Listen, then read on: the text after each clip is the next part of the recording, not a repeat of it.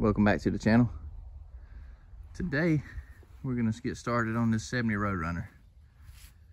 Now those of y'all who've been watching the 73 Charger videos and saw that we pulled the drivetrain out of that, this is not the one I plan to put that drivetrain in.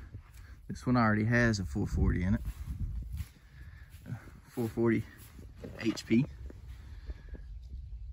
Now it is locked up, so we're gonna see if we can get it broke loose and then see if we can get it running.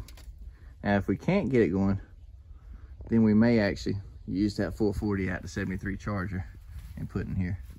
I'm gonna go ahead and pull the plugs, make some stuff up, drop down in all the cylinders, and this way it can kind of be sloshing around on the whole ride home rather than just putting it in and it sitting down, you know, one spot in the cylinder for however long we let it soak. Do it before we drive home, so the whole ride home it kind of sloshes all around in the cylinder walls there. All right, got all the spark plugs out. Got our secret juice all mixed up. Can't tell you what's in it, but put this in there, it ought to get everything broke free. Okay, got it all soaking, plugged back in there. Go on, take it to the house. Get it there, get it unloaded, and do a good once over. Okay, we got it to the house. I did see a spot back in his valley pan. Looks pretty rusty. I almost think there's a hole in it. I think water might have been running in and sitting there. So that has me concerned. It might be locked up in there, and if water's just been running down in there, there's no telling how bad a shape it's in. So I'm gonna go ahead and vacuum this up first, tear the intake off. Go ahead and take a look and see what's going on here. Yep, that's what I was afraid I saw. Initially I saw that spot right there. It was covering a bunch of rust flakes. I've already vacuumed it up. Took out a bunch more chunks. So we'll go ahead and take that off, see what it looks like in there. Well, surprisingly, it doesn't look too bad in here at all. I'd already checked the oil. I didn't see any water in the oil. I mean, there's got to be some in here somewhere.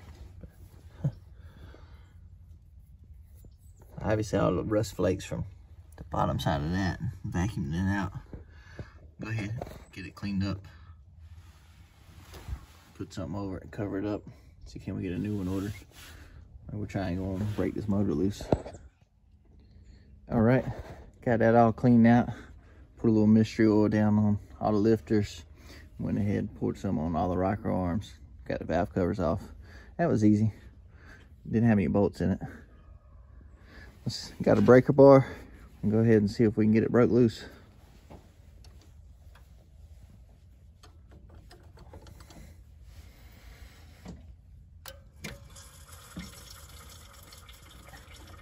Should turn a little.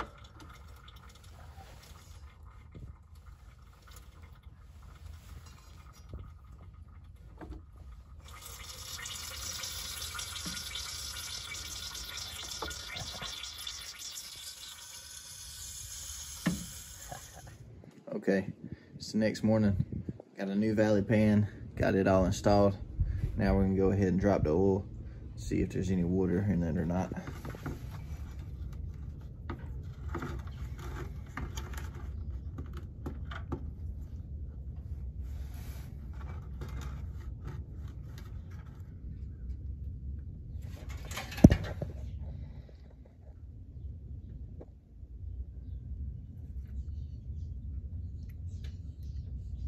It's been draining about 45 minutes. And you see, it's got water at the bottom of the pan. And it looked just about done, and I use this flathead here and get it moving around. Get all the sludge and everything coming out and then take off again.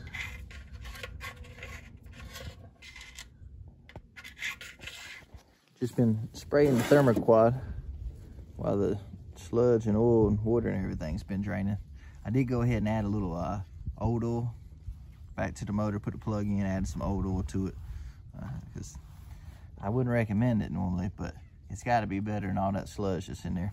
But anyways, thermoquad was all stuck up, so I've been spraying it with PB Blaster. Got it broke loose. kind of sprayed it, cleaned it out. We'll get it back up there. Go ahead and change the oil, finish changing the oil. See if we can get some spark. Okay, carburetor's back on.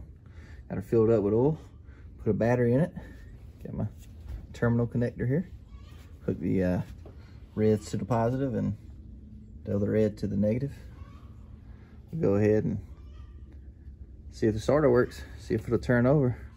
All right, we're gonna test the starter. If it works, it's gonna finish pumping everything out the cylinders. I have turned it over several times by hand.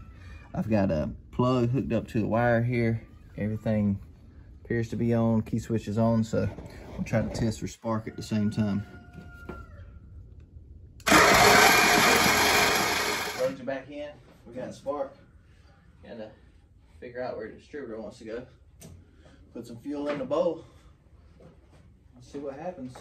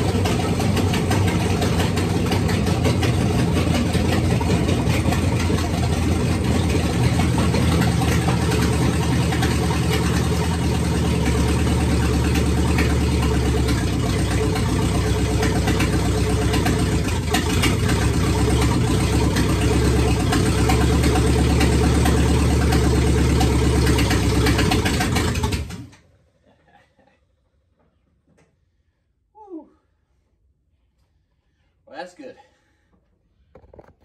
All right, now that we got it running, got it over here at my buddy's grandpa's shop, got it on the lift. Show you the underside real quick. Basically running through, hitting it with the wire wheel, trying to knock off all the dirt, and mainly all the rust. Gonna come back and hit it with like a rust reformer, but you can see up here and you can see a darker spot where I've been hitting it with the wire wheel, cleaning on it. Said hit the whole bottom side with the wire wheel, come through, stop all the rust, hit it with like a little rust reformer, clean it up, and then paint it and seal it up, at least stop the rust for now. Not a perfect restoration, or not a restoration by any means, but we're just gonna stop it, seal it, maybe go ahead and replace on these brake lines, bend some new ones while we got it on the lift here. Get it mechanically sound, and so can't we slap a drive shaft in and get it running.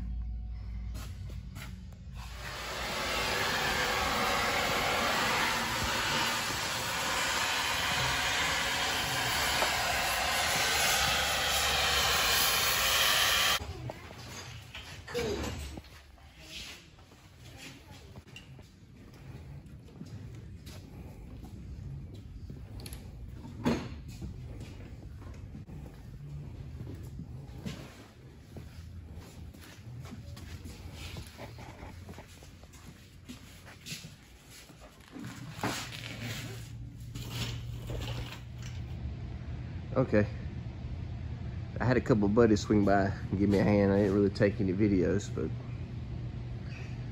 Logan came by, helped me strip down the front end and wire wheel everything, the bottom side, and then we got it prepped and hit it with the old rust dissolver and cleaned it up, pushed it out, washed it out, came back in, and I just kind of painted everything. Again, this isn't a restoration, this is a preservation. So then my buddy Sam also swung by and brought his tools and helped bend on some brake lines. So he's got the big one that runs all the way from the front to the rear end, and the two to splice out from the rear end already made for me. So now I'm gonna start taking off the front, try and put the backs back on. All right, got the valve covers off. I'll go ahead and clean it on them some. Come back and paint him while we got it out, working on everything else. Okay, it's been a couple of days. Haven't done a good job of taking videos to keep y'all updated, but basically finished out the brake lines a couple of days ago.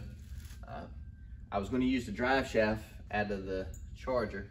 Y'all might have noticed it didn't have a drive shaft in it. Maybe it's a good time for a little backstory on it. This car hadn't seen the road, or his last registration was 1981, so it's been off the road since 1981. And it doesn't have the original motor. It originally came with a 383. It's got a 440 in it now. My dad bought it probably 30 years ago or a little bit more. Somebody had put a 440, supposedly a 440 HP motor and transmission out of a patrol car in it. They just had it sat in there. It wasn't running, no drive shaft hooked up or any of that. He did wire on it a little bit and got it running, and sat in the barn for a lot of years. And then, you know, I got it, I think I was 13 or 14. I was trying to find a drive shaft back then. I should look it up. It's probably got a different spline count or something for that one. So anyhow, I tried to use the drive shaft from the Charger. That didn't work. Same thing, different spline count, it wouldn't go in. So I ended up taking the transmission out of this, taking the transmission from the Charger, putting it in here. And then the yoke on the back wouldn't line up, even though they're both 8 3/4. I guess different casing numbers must have a different yoke, different U-joints for the back. I couldn't just take the yoke off neither, same thing, different spline counts. So I ended up taking the chunk out of the Charger, swapping that chunk over to here. That's why the tires are all off and everything. Got all that bolted back up. Got the drive shaft in. I got one bad bolt, so I got to run to town later to get the bolts for that. Got a new radiator and all that. We'll show you up front, up under the hood. Once I get this buttoned up, I'll show you under there, brake lines, then show you up under the front, kind of getting it buttoned up. Been fixing on a lot of the wiring and stuff where wires were just twisted together, putting actual connectors on them. Still gonna have a lot to sort through, but hopefully here shortly later today, we'll have it ready to fire it up, put it in gear, drive, brakes working. So I'll show you all that in just a minute.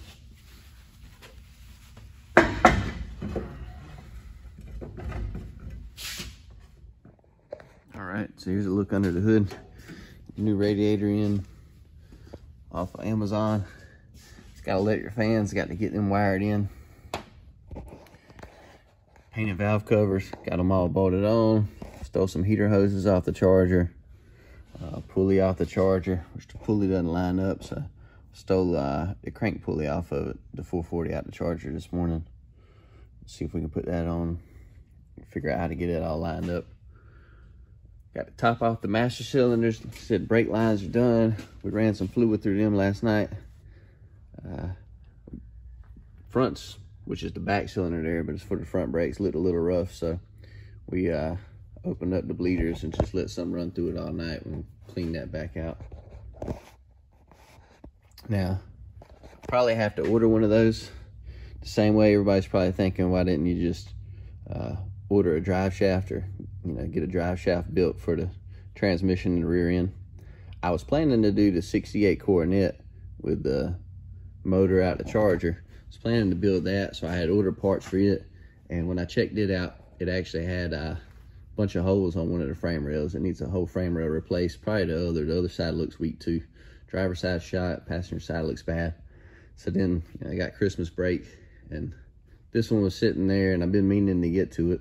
Just never worked on it because it's like I'm gonna I always was like, I ain't gonna mess with it until I can do it perfect. And at this point, it's like, it's gonna just rot away sitting over there. I might as well go on and get started on it. So a lot of the parts I ordered weren't for this. Some of them interchanged, some of them are different. So I'll come back and get a master cylinder later. That's why I didn't get a drive shaft and why I swapped the chunk and a transmission. Plus that other transmission was sitting there, no drive shaft or nothing, for 30 years. So maybe we'll get lucky and it works, but we'll have to try it in a different one. All right, well, I'm gonna go ahead and finish buttoning some of this stuff up. Got the cooler lines ran. We'll put the power steering on, run some hoses. I got to run into town, pick up a couple more parts, and hopefully we'll have it running and driving later today. All right, so we don't have a linkage either. So I took this linkage here out the charger, which was for the floor shifter. Let's see if we can modify it, make it work. Measurement, 2 cuts and some welding later. See how she fits. Yeah, looks good. I get a couple little pins or keys to put in it. I'm gonna try her out.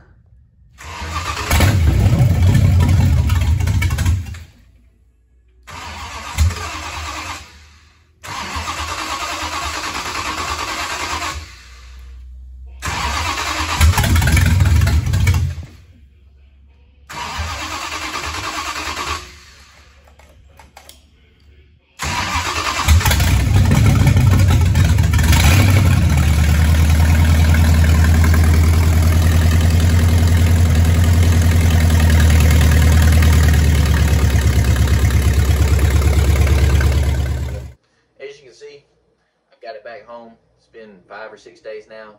The power steering bracket on the charger, or off the charger motor, didn't fit. It was hitting the battery tray already. Plus the water pump pulley was kind of offset from the crank pulley. Even when I swapped it with the other crank pulley, it was still offset. So, but mainly the power steering pump bracket, it wouldn't fit. We couldn't bolt that up, so we couldn't hook up the cooling system. And without that, you know, couldn't run it long enough to sit there and keep everything cool. I don't want to risk really running it, overheating it without any kind of fluid or wood or anything in it, damaging the motor, even though we did just get it unlocked. So we couldn't get it running long enough to warm it up, top off all the transmission fluid and stuff. It's been 5 or 6 days. Got some parts ordered. Kind of really wanted to get it running and driving over Christmas break, but it kind of feels a little bummed out for a little while. Felt like defeat, but you know, we had a lot of wins. It was locked up. We got it broke loose. We got it running. We got transmission swapped out in there and the rear chunk, so we can put actual drive shaft in it. And this transmission, we've seen it go in reverse on jack stands one time, so you know it might pull. So all new brake lines front to back, aluminum radiator, Laker fans. There's a lot. We had a lot of wins, and this is so close. So I really wanted to get running and driving this time over Christmas break, but yeah, we got some more parts ordered, and next time we will have it running and driving. Also, the 440 from the 73 Charger, we still need to find a home for that. So I was planning to put it in that 68 Coronet, but the frame rails are pretty rotted on that. A lot of holes in them. I'm really looking to drag race that some. We could fix it, but it's a little more time than I'm looking to spend at the moment. So y'all let me know. Let me know what you think we should put it in. It's still looking a home as long as this one holds up. You know, we got to find something to put that motor in. So y'all comment down below. Let me know what y'all like to see that in. Like I said, next time it's gonna be running and driving. Again, thanks for watching.